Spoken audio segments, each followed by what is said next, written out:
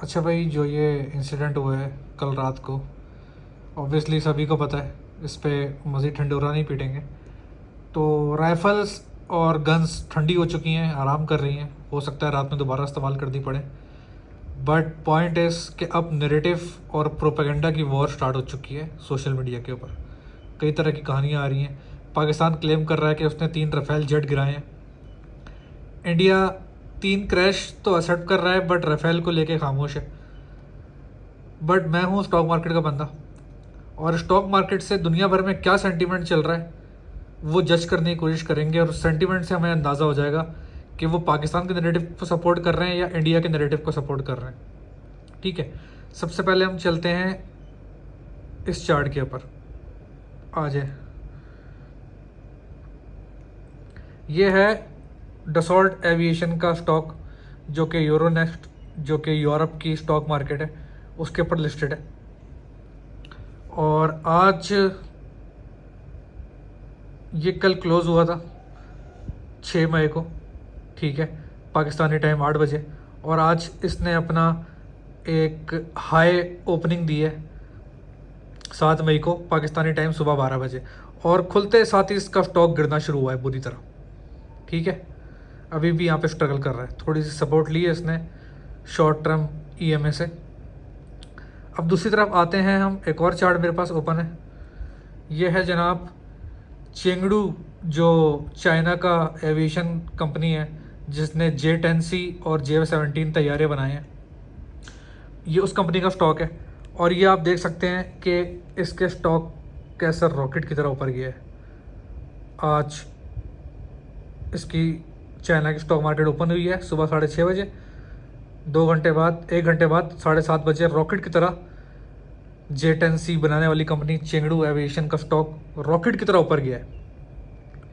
जबकि Dassault aviation को आप देख सकते हैं कि ओपन हाई के फ़ौरन बाद सेलिंग प्रेशर आया है और मार्केट बुरी तरह से गिरना शुरू हुई है। अभी भी इसका स्टॉक गिर रहा है एज ऑफ नाउ, जब हम ये बात कर रहे हैं। तो इसका स्टॉक ऊपर जाने का रीज़न ये भी हो सकता है कि चाइना ने अभी रिसेंटली अपने इंटरेस्ट रेट कट किए हैं। बट ये बहुत बड़ी हाइक है, बहुत रैपिड हाइक है। और इसको कनेक्ट हम कर सकते हैं इवेंट से, इसी वजह से कर रहा हूँ मैं, क्योंकि ऑब्वियसली आप देख रहे हैं कि डसॉल्ट एविएशन का स्टॉक गिरा है। तो पॉइंट ये है सारा कि स्टॉक मार्केट जो है ना, बहुत जल्दी रिएक्ट करती है और बहुत ज़्यादा एग्रेसिव रिएक्शन देती है। इसको बोलते हैं हम sell the news by the rumour. जैसे ही कोई न्यूज़ आएगी, एक स्पेकुलेशन होती है, उसके अगेंस्ट ट्रेडर्स बैट करते हैं, या तो बाय करते हैं या सेल करते हैं। तो यहाँ से दुनिया भर में किसके नैरेटिव को सपोर्ट मिल रही है? ऑब्वियसली यहाँ पे एक चीज़ क्लियर हो रही है आपको कि पाकिस्तान का नैरेटिव यहाँ पे बहुत स्ट्रांगली दुनिया ख़रीद रही है, उसको बाय कर रही है पाकिस्तान के नैरेटिव को। और जैसा आप देख सकते हैं कि सेलिंग प्रेशर आ रहा है डसॉल्ट एविएशन के स्टॉक प्राइस में, और बुरी तरह से उसका स्टॉक गिर रहा है। जबकि दूसरी तरफ चेंगडू एविएशन का स्टॉक रॉकेट बना हुआ है, ऊपर की तरफ जा रहा है। तो स्टॉक मार्केट से हमने सेंटीमेंट जज कर लिए, और हमें चल गया पता कि पाकिस्तान के नैरेटिव पे कितनी जान है, और दुनिया में जो सेंटीमेंट्स डेवलप हो रहे हैं स्टॉक मार्केट को लेके, वो सेंटीमेंट्स किसके नैरेटिव पे रिलाई कर रहे हैं, किसके नैरेटिव को पजीराई मिल रही है, और किसका नैरेटिव इस टाइम तगड़ा है। अगर तो इंडिया का नैरेटिव तगड़ा होता, इंडिया ने पहले एक लेटर कर दिया है, उन्होंने बोल दिया कि भाई, पाकिस्तान ने कहा कि आप इन्वेस्टिगेशन करा लो पहलगाम अटैक की, उन्होंने बोला हम नहीं करवा रहे, कोई जवाब ही नहीं दिया बेसिकली उन्होंने। और अब ये इंडिया की बात पर कोई भरोसा नहीं कर रहा। पाकिस्तान का नैरेटिव सेल हो रहा है दुनिया भर में।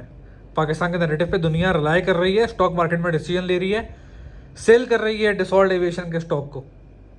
तो इस तरह से आप स्टॉक मार्केट को अगर आप पकड़ लें तो दुनिया में क्या चल रहा है वो सब आपको समझ में आना शुरू हो जाएगा।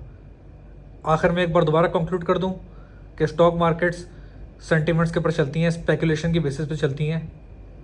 इस टाइम दुनिया क्या स्पेकुलेट कर रही है और दुनिया के सेंटीमेंट्स किसके नैरेटिव के ऊपर रिलाई कर रहे हैं, वो है पाकिस्तान का नैरेटिव कि पाकिस्तान एयरफोर्स ने 3 राफेल जेट गिरा दिए हैं। और इंडिया के नैरेटिव को अगर इंडिया के नैरेटिव पे जाएं, अव्वल तो उन्होंने कुछ कहा नहीं है।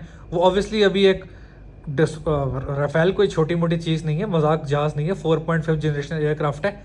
ऑब्वियसली जो कंपनी ये जहाज़ बनाती है वो इन्वेस्टिगेट भी करेगी और बाकी जो इंडिपेंडेंट बॉडीज हैं वो भी इन्वेस्टिगेट करेंगी, चल जाएगा पता। राफेल को मिराज नहीं है ये कोई, या MiG-29 वगैरह नहीं है ये, राफेल है भाई, इसको छुपा नहीं सकते गिर गया अगर। तो ये इन्वेस्टिगेशन होगी, क्लियर हो जाएगा, और एक बार क्लियर हो गया तबाही मच जाएगी डसॉल्ट एविएशन के स्टॉक में कि उसको चाइनीज़ मेकर ने मुंह केवल गिराया है, देख सकते हैं यहाँ पे आप।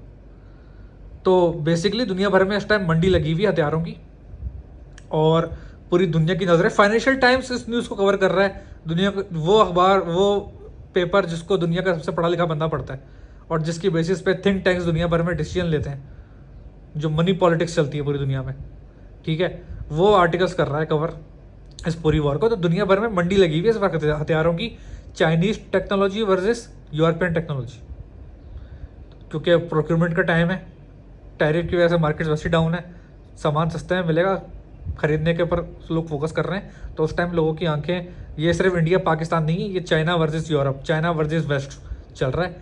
आपको ये बात समझने की ज़रूरत है, कीप दैट इन माइंड कि जो टैरिफ वॉर भी अमेरिका की तरफ से चल रही है, तो ये बहुत बड़ी गेम चल रही है पैसे की। स्टॉक मार्केट को स्टडी करें। Nothing I said here is a financial advice, I am not your financial adviser. Thank you.